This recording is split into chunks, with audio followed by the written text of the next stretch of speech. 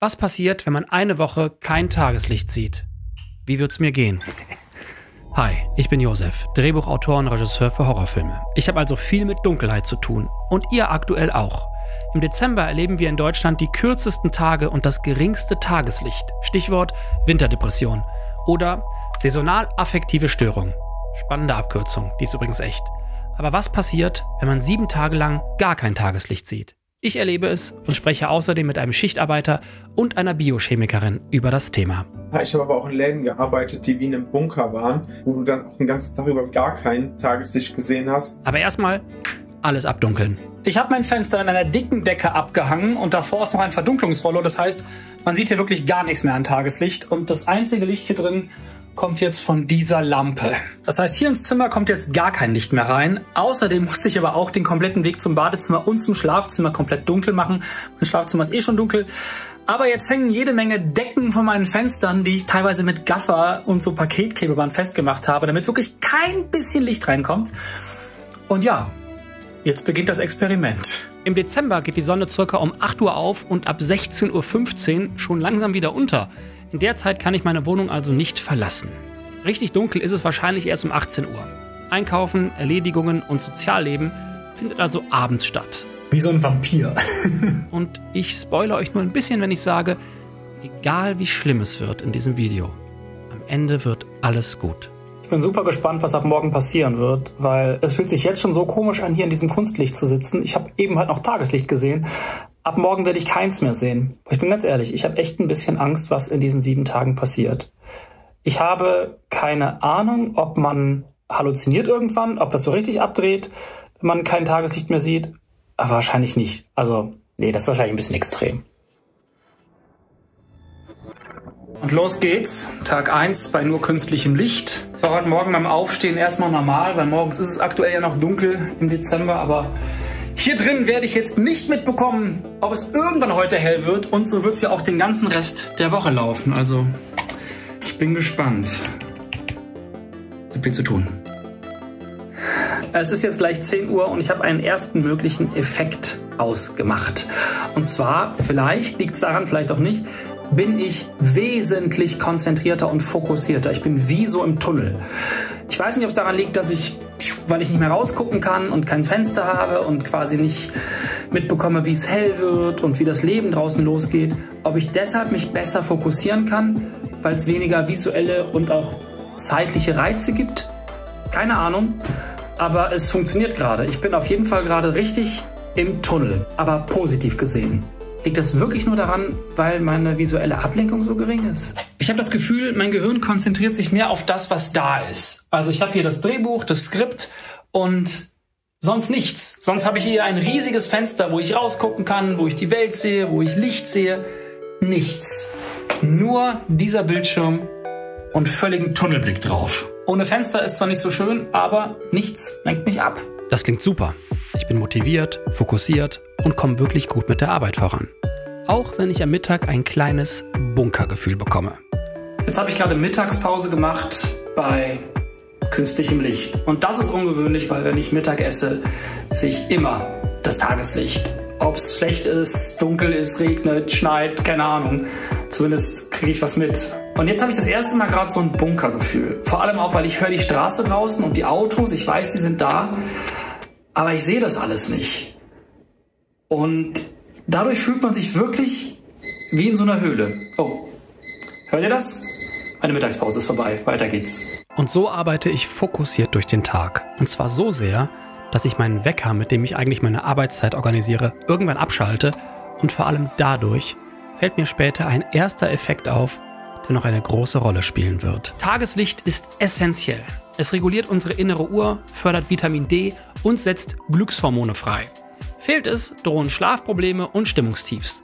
Und auch mein Zeitgefühl ist stark ans Tageslicht gebunden. Und durch die immer gleichbleibende Beleuchtung gerät meine innere Uhr am ersten Tag auch schon ein kleines bisschen aus dem Takt. Ich habe 1,5 Stunden länger gearbeitet als sonst, weil ich die Zeit aus den Augen verloren habe. Ich habe nicht auf die Uhr geguckt und ich war so voll konzentriert und voll im Tunnel. Was jetzt aber passiert ist, in den letzten 10 Minuten, nachdem ich aufgehört habe zu arbeiten, bis jetzt ist die Müdigkeit wie so eine schwere Decke auf mich gefallen. Gefühlt in den letzten 10 Minuten sind 2 Stunden vergangen. Einfach vom Müdigkeitsfaktor. Ich habe aufgehört zu arbeiten, dann ging es in 10 Minuten so wumm. Ich bin so todmüde. Ich habe das vorher gar nicht gemerkt. Also von jetzt auf gleich war alle Energie weg. Okay, was ist hier passiert? Schauen wir mal. Ich bin natürlich vorbereitet.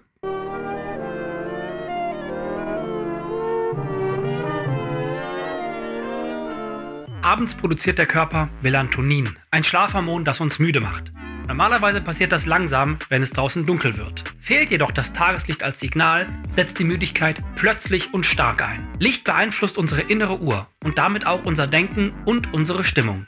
Dunkelheit hingegen kann das Gedächtnis schwächen, während helles Licht Konzentration und Aufmerksamkeit verbessert, wie aktuelle Studien mit Demenzpatienten nahelegen. Experimente wie Beatrix Flemings 500-tägiger Höhlenaufenthalt oder das Mars 500-Projekt zeigen, dass fehlendes Tageslicht zu Schlafproblemen, Stimmungsschwankungen und Zeitverlust sowie Orientierungslosigkeit führen kann. Auch Menschen in fensterlosen Räumen erleben schon nach kurzer Zeit ähnliche Effekte. Und im Dezember sind wir alle ein bisschen in diesem Tunnel. Ja, was macht das mit der Psyche? Da man ja morgens aus dem Haus geht in Dunkelheit, man geht abends, wenn es wieder dunkel wird, nach Hause. Man ist natürlich viel mehr motivationslos, aber man hat viel weniger Lust, was draußen zu machen, was zu unternehmen.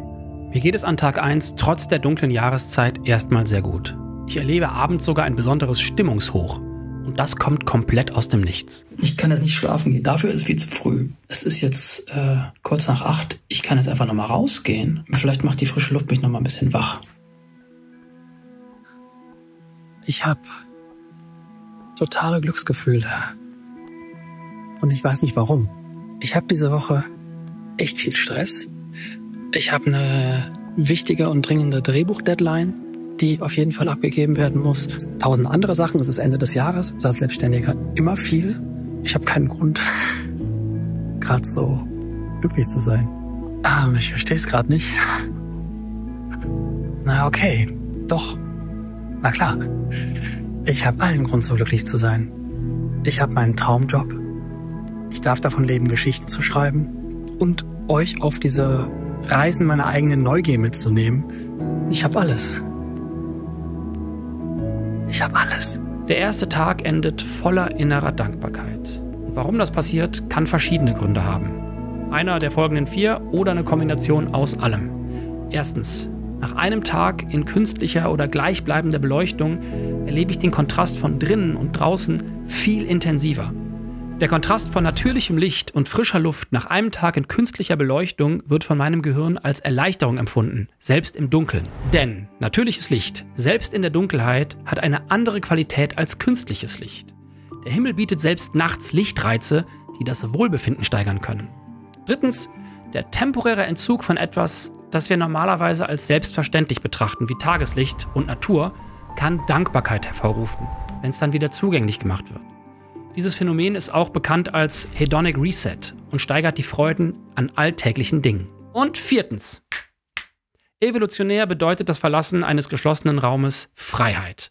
Mein Gehirn könnte diese Freiheit als Belohnung interpretieren, was ein Gefühl von Glück und Dankbarkeit auslöst. Was jetzt genau diese starken Gefühle auslöst, weiß ich nicht. Aber am nächsten Morgen starte ich weiterhin motiviert. Willkommen zu Tag 2. Ich habe 8,5 Stunden geschlafen, aber ich bin irgendwie echt müde. Aber ich habe Bock. Also gestern war eine coole Erfahrung, ich habe Bock. Genau, ich muss nur irgendwie wach werden heute. So, Computer ist an, Arbeit kann beginnen. Am zweiten Tag spüre ich allerdings auch erste Anzeichen von Stimmungsschwankungen. Tagsüber werde ich zunehmend unruhig und spüre eine starke Ungeduld. Heute habe ich leider nicht diese krasse Tunnelvision. Also ich bin fokussiert, ich komme auch gut voran, aber ich bin unruhig. Und ich arbeite so, dass ich alle 25 Minuten eine 5-Minuten-Pause mache, dann bewege ich mich und sorge dadurch dafür, dass ich genug Bewegung habe und nicht halt die ganze Zeit nur sitze. Und heute merke ich, dass ich einen viel höheren Bewegungsdrang habe, aber gleichzeitig auch super unruhig bin. Ich glaube, ich müsste jetzt joggen gehen, das wird mir wahrscheinlich gut tun. Kann ich aber nicht, weil draußen ist aktuell noch Licht und hier in der Wohnung rumjoggen habe ich gerade eben schon ein bisschen gemacht, aber es ist irgendwie albern. Ich bin so richtig unruhig heute. Ich hoffe, das geht wieder weg, weil das ist auch persönlich anstrengend und ich habe das Gefühl, dadurch verliere ich auch meine Konzentration. Kurz bevor die Sorge hochkommt, dass das Experiment jetzt kippt, erlebe ich am Abend wieder inneres Glück und fühle mich wirklich gut. Es ist wirklich, wirklich komisch. Also im Moment fühle ich mich noch wie in so einer Videospielwelt, in der einfach das Licht ausgeschaltet worden ist.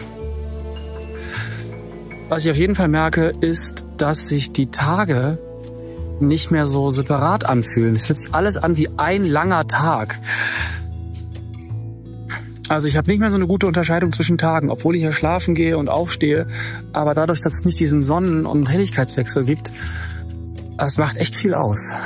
48 Stunden eingehüllt in Dunkelheit. In meinem Fall eine freie Entscheidung. Aber einigen Menschen bleibt beruflich gar nichts anderes übrig. Und damit meine ich nicht Domian. Und das Thema heißt Dunkelheit. Ich möchte sehr gerne mit Leuten sprechen, die nur in der Nacht leben. Auch Menschen, die im Berg- und Tunnelbau, in Kraftwerken, Clubs, Bars, unterirdischen Laboren, U-Booten oder in diesem einen Supermarkt an der Ecke ohne Fenster arbeiten, sehen selten die Sonne.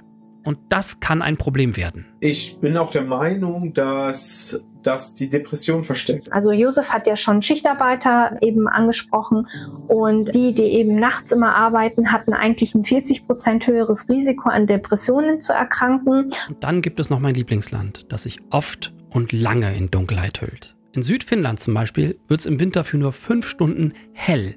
Und in Lappland geht die Sonne Mitte November komplett einmal unter und erst Mitte Januar wieder auf. Diese lange Dunkelheit stellt die Menschen dort vor Herausforderungen, aber viele haben sich kulturell und durch ihren Lebensstil an diese Bedingungen anpassen können. In vielen dieser Regionen hat Dunkelheit ihre eigene Kultur und Historie. Und die Menschen dort haben auch ihren ganz eigenen Umgang mit dem fehlenden Tageslicht gefunden. Finnen nutzen Lichttherapielampen, also so Tageslichtlampen, und warme Beleuchtung zu Hause, um den Lichtmangel auszugleichen. Dann gibt es noch Bewegung im Freien, etwa Skifahren oder Wandern, sowie Vitamin-D-Präparate und eine gesunde Ernährung. Das alles hilft, die Stimmung und Gesundheit zu erhalten. Und Traditionen wie Weihnachtsmärkte, Saunabesuche fördern die Entschleunigung und die Gemeinschaft. Gleichzeitig akzeptieren die Finnen die Polarnacht, diese sehr lange Dunkelheit, als Teil ihres Lebens. So dieses Abends spazieren gehen, ist ganz schön, ist ganz nett. Aber ich habe auch gemerkt, dass ich in letzter Zeit immer stärker und immer mehr spazieren gehe, wo Licht ist. Also ich gehe nicht mehr meine Naturstrecken. Das ist halt einfach super dunkel und auch total unheimlich. Ich gehe jetzt immer irgendwo spazieren, wo Licht ist. Eine Sache, die auf jeden Fall hilfreich gewesen wäre wahrscheinlich so eine Tageslichtlampe gewesen. Aber was hätte ich mir ja kaufen müssen? Ich will ja meinen Konsum weiter reduzieren, deswegen nee. Aber ich glaube, es hätte schon gut getan. Also dieses ganze künstliche Licht die ganze Zeit, es drückt schon die Laune. Konsumverzicht ist weiter ein großes und wichtiges Thema bei mir. Aber noch viel wichtiger ist mir dieses Jahr das Thema Entschleunigung geworden. Die suche ich dieses Jahr zunehmend. Ob ich beispielsweise Videos oder Podcasts nicht mehr auf erhöhter Geschwindigkeit abspiele oder auch Sprachnachrichten jetzt immer im Original höre. Ich habe beschlossen, mir mehr Zeit zu nehmen und das, was ich mache, bewusst und respektvoll zu genießen. Auch etwas, das ich in Finnland deutlich gespürt habe. Slow Living. Und auch wenn ich Finnland schon im Winter besuchen durfte, so möchte ich unbedingt in nächster Zeit nochmal dahin. Und bis dahin möchte ich Finnisch lernen, das immerhin wegen der komplexen Grammatik als eine der schwersten Sprachen der Welt gilt. Aber nicht mehr lange. Minä olen Josef Jaupin Suomea Pimiässä. Ich wollte schon immer Finnisch lernen, hatte aber Angst, dass es viel zu kompliziert ist. Aktuell lerne ich 5 bis 10 Minuten am Tag und kann schon einiges an Smalltalk. Duolingo ist eine komplett kostenlose Sprachen-App, die über 40 Sprachen anbietet. Von Englisch über Spanisch bis hin zu Japanisch oder sogar Mathe und Musik zum Lernen. Die App ist spielerisch aufgebaut, macht richtig Spaß und die Lektionen dauern so 2 bis 3 Minuten. So bleibt man immer dran und lernt eine neue Sprache, ohne sich zu schnell überfordert zu fühlen. Und das Beste, mit dem neuen Feature kannst du jetzt sogar echte Gespräche üben, mit der Hilfe von Videocalls mit Lilly. Die App ist wirklich super. Ich nutze sie jeden Tag und es fühlt sich richtig gut an, meine Zeit sinnvoll zu verbringen. Seitdem verbringe ich viel weniger Zeit auf Social Media. Probiert selbst aus und ladet euch Duolingo runter und fangt noch heute an, eine neue Sprache zu lernen. Es macht Spaß, ist kostenlos und ermöglicht euch, andere Sprachen völlig neu zu entdecken. Studien weisen darauf hin, dass soziale Bindungen und Rituale wie in Finnland die Stimmung heben und Stresshormone reduzieren können. Aber ich gehe jetzt erstmal noch ein bisschen tiefer in die Dunkelheit, bevor ich das erste Mal wieder die Sonne sehe. An Tag 3 und knapp 60 Stunden ohne Tageslicht erreiche ich einen Kipppunkt. Aber keine Sorge, auch wenn es langsam nicht mehr so aussieht, es wird alles gut, wirklich. Es geht mir nicht schlecht, das möchte ich vorweg schicken. Aber der Spirit ist nicht so gut. Ich komme mir wirklich eingeschlossen vor. Und das, obwohl ich abends raus kann. Ich habe das Gefühl, ich bin wie in so einem Gefängnis. Ich habe 4 Wände um mich herum den ganzen Tag und selbst wenn ich auf Toilette gehe oder ins Schlafzimmer, ist es einfach irgendwie die ganze Zeit so Gänge, so geschlossen. Ich habe keinen Blick nach draußen und wenn ich rausgehe, ist alles dunkel. Das ist dann auch wie unter so einer Kuppel. Also ich merke, dass ich innerlich so ein bisschen verzweifle daran, weil ich mich so eingesperrt fühle. Ich habe auch das Gefühl, also es ist jetzt der 3. Tag, okay. Es ist der 3. Tag. Ich musste jetzt aber nachdenken. Es fühlt sich gerade so an, als wäre das Experiment ganz schnell eskaliert und ich würde mich ganz schnell gefangen fühlen. Als wäre ich irgendwo zwischen Tag 1 und 2. Okay, Tag 3. Und das ist auch ein bisschen gruselig. Wo ist denn mein... Ach so, wo ist mein Handy? Da ist mein Handy. Dieses Zeitgefühl. Okay, und Konzentrationsschwierigkeiten. Das hatte ich heute auch schon ein paar Mal. Naja, der Vorteil ist, ich stecke im Skript. Ich schreibe gerade einen Kinofilm für eine Auftragsproduktion und das funktioniert gut, weil ich mich da irgendwie wirklich reinsetzen und verlieren kann. Aber sobald meine Augen von diesem Bildschirm weggehen, bin ich hier und irgendwie so eingesperrt. Und das ist geiler Eskapismus. Also wie wenn man einen Film guckt und sich in einer anderen Welt verliert oder ein Videospiel spielt, ist das gerade für mich das. Es macht so Spaß, ich bin so in der Welt. Aber wenn ich dann meine Pausen mache und mich hier umgucke, es ist super seltsam. Ich will das auf gar keinen Fall vergleichen mit so Isolation. Aber es hat so ein bisschen den Vibe für mich, als könnte ich auch jetzt mit keinen Leuten interagieren. Dabei habe ich eben noch mit einem Freund telefoniert. Ja gut, Konzentrationsschwierigkeiten sind unter diesen Bedingungen zu erwarten. Licht beeinflusst nicht nur das Sehen, sondern stärkt auch unser Gedächtnis und die Konzentration. Eine Studie zur Beleuchtung von Altenheimen testete die Effekte von Licht auf Senioren mit Demenz. Solche, die Zugang zu hellem Licht ab 1000 Lux hatten, zeigten weniger depressive Verstimmungen und eine bessere Gehirnleistung. Dabei sind 1000 Lux gar nicht so viel, wie es vielleicht klingt. Ein schöner Sommertag ohne Wolken kann bis zu 100.000 Lux hell sein. Auch wenn meine Konzentration und meine Stimmung langsam sinkt, bleibt eins gleich: mein abendliches High. Jedes Mal, wenn ich nach draußen gehe, steigt meine Stimmung. So auch am 3. und 4. Tag. Das wird mein neuer täglicher Lichtblick. Also langsam vermisse ich die Sonne, wenn man wirklich nur noch immer das Gleiche sieht. Es ist ganz seltsam, als wenn man auf so einem anderen Planeten. Es ist so ein seltsames Gefühl. Ich habe das Gefühl, die Tage, die gehen gar nicht richtig los und hören nicht auf. Als ich damals in der Arktis war, gab es manchmal auch so dieses Gefühl, aber da hat man halt trotzdem noch Tageslicht gehabt, aber die Tage waren sehr kurz. Aber so wie es gerade ist, ist echt krass. Ich habe noch gar nicht ins Wetter geguckt. Ich weiß also gar nicht, ob aktuell viel Sonne scheint. Ich glaube, es regnet, das ist nämlich ganz schön viel nass, aber keine Ahnung. Ich mache jetzt immer so Abendspaziergänge. Die Bewegung ist ja gut für den Kopf. Kommt man auf gute Gedanken, gute Ideen. Und denkt manchmal Dinge durch, die man vielleicht sonst eher verdrängt. Es wird ja immer gesagt, dass man sich Familie nicht aussuchen kann. Und das ist halt einfach nicht wahr. Man wird zwar irgendwo reingeboren, aber man ist nicht gezwungen, mit Menschen Zeit zu verbringen, die einem überhaupt nicht gut tun. Man muss sich nicht mit Menschen treffen, die man nicht mag oder die einem nicht gut tun. Folgt mir für solche oder ähnliche Gedanken, während mein Schlaf-Wach-Rhythmus inzwischen wirklich komplett im Eimer ist. Ich weiß, dass ich jetzt bald schlafen müsste, aber bin weit davon entfernt, müde zu sein. Aber heute Nacht um 4 bin ich bestimmt wieder hellwach für eine halbe Stunde. Mein Schlaf-Wach-Rhythmus ist inzwischen ziemlich durcheinander. Das ist irgendwie nebenbei passiert.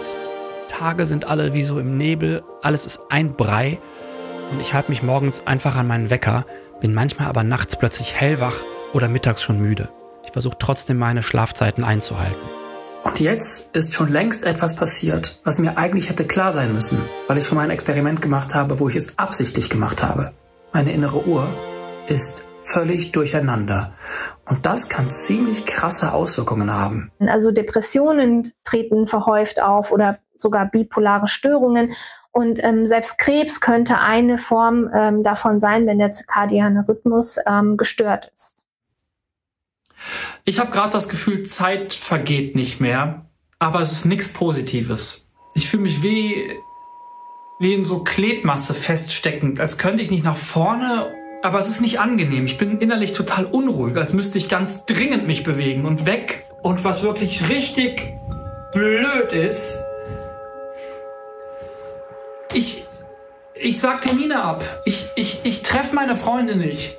Ich hätte so viele Möglichkeiten gehabt, diese Woche Freunde zu treffen. Ich habe telefoniert, ich bin im Austausch. Aber ich gehe nicht hin. Und ich glaube, es würde mir so gut tun. Hast du weniger Aktivitäten? Hast du weniger Lust, was zu unternehmen? Hast du auch weniger soziale Kontakte in deinem Freundeskreis? So, weil wenn du immer wieder dich weniger meldest, weil, oh, jetzt ja kein Bock, ach komm, ich mache mir einfach nur gerade einen Film an, gehst du ja nicht mehr raus. Und gehst du nicht mehr raus und triffst Freunde oder lässt auch vielleicht keinen mehr rein. Ja. Ich werde auf eine Weihnachtsfeier gehen. Ich werde rausgehen. Das ist auch erst abends, deswegen kann ich das machen. Aber ich werde rausgehen und dieses Experiment beenden und einen Sonnenaufgang sehen. Und dass es endlich aufhört. Aber noch ist es nicht so weit. Und mein Energielevel sinkt immer weiter. Ich habe jeden Tag weniger Kapazitäten und merke, dass ich immer leichter reizbar bin. Jede Kleinigkeit, die schief geht, ist irgendwie zu viel.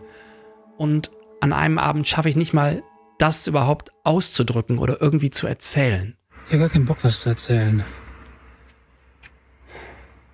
Es zieht runter. Es zieht einfach runter. Also 7 Tage ist jetzt nicht krass, aber es ist schon eine Intervention. Die Stimmungsschwankungen, die er gezeigt hat, ist genau, dass eben das System nicht so ganz weiß, was es machen soll und dass es eben versucht, dagegen anzukämpfen. Auch, dass er müde war, obwohl er genug geschlafen hat. Das sind alles Anzeichen dafür, dass das System versucht, es umzuändern. Am 6. Tag verschwindet dann auch zum ersten Mal mein abendliches High. Es weicht einer Überforderung. Ich kann nicht mehr. Ich habe keine Kapazität mehr. Ich bin gereizt. Und wirklich jeder kleine Mist macht mich wahnsinnig. Ich habe keine Kapazität mehr für, wenn Sachen nicht funktionieren, wenn Kleinigkeiten schiefgehen, wenn irgendwer mich blöd von der Seite anmacht, ob gerechtfertigt oder nicht. Ich habe keine Kapazität dafür. Und ja, keine Ahnung, ob das irgendwie damit zu tun hat, dass, keine Ahnung, was gerade nicht richtig funktioniert. Ist auf jeden Fall kein Dauerzustand. Ich habe mich auf jeden Fall ewig nicht mehr so einsam gefühlt. Keine Ahnung, es ist, als wäre ich so eingeschlossen. Was ich hier erlebe, erleben einige von euch im Moment vielleicht auch. Die Winterdepression ist eine Form der saisonal-affektiven Störung und die wird durch Lichtmangel verstärkt, da dieser den Hormonhaushalt beeinflusst und Symptome wie Antriebslosigkeit, gesteigertes Schlafbedürfnis und auch Traurigkeit auslöst. Viele Betroffene erleben Isolation und Missverständnisse, betonen jedoch die Bedeutung von kleinen positiven Momenten, Routinen, Bewegung und sozialer Unterstützung. Lichttherapie und Antidepressiva können ebenfalls helfen, auch wenn diese Behandlung halt oft Zeit braucht. Und das zieht natürlich runter. Alles zieht in diesem Video gerade runter. Wie soll das jetzt noch gut werden? Tatsächlich mit finnischen Tricks und einer Liste an Tricks, die auch euch helfen können, besser durch die dunkle Jahreszeit zu kommen. Aber eins nach dem anderen, denn jetzt wird erstmal alles gut. Und dann erlebe ich die finnische Methode. Auf einer Weihnachtsparty mit Freunden, Bekannten und vielen tollen neuen Menschen.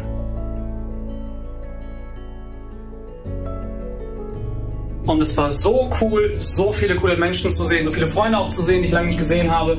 Und dieses Gefühl von Einsamkeit, was ich jetzt die ganze Woche hatte und was mich viel begleitet hat, ist heute Abend auf jeden Fall weniger. Und ich glaube, es liegt ein bisschen daran, dass ich so viele Leute getroffen habe, die ich lange nicht gesehen habe. Und man dadurch ja auch irgendwie nochmal anders intensiv miteinander spricht und viel und persönlich und Sachen aufholt gemeinsam.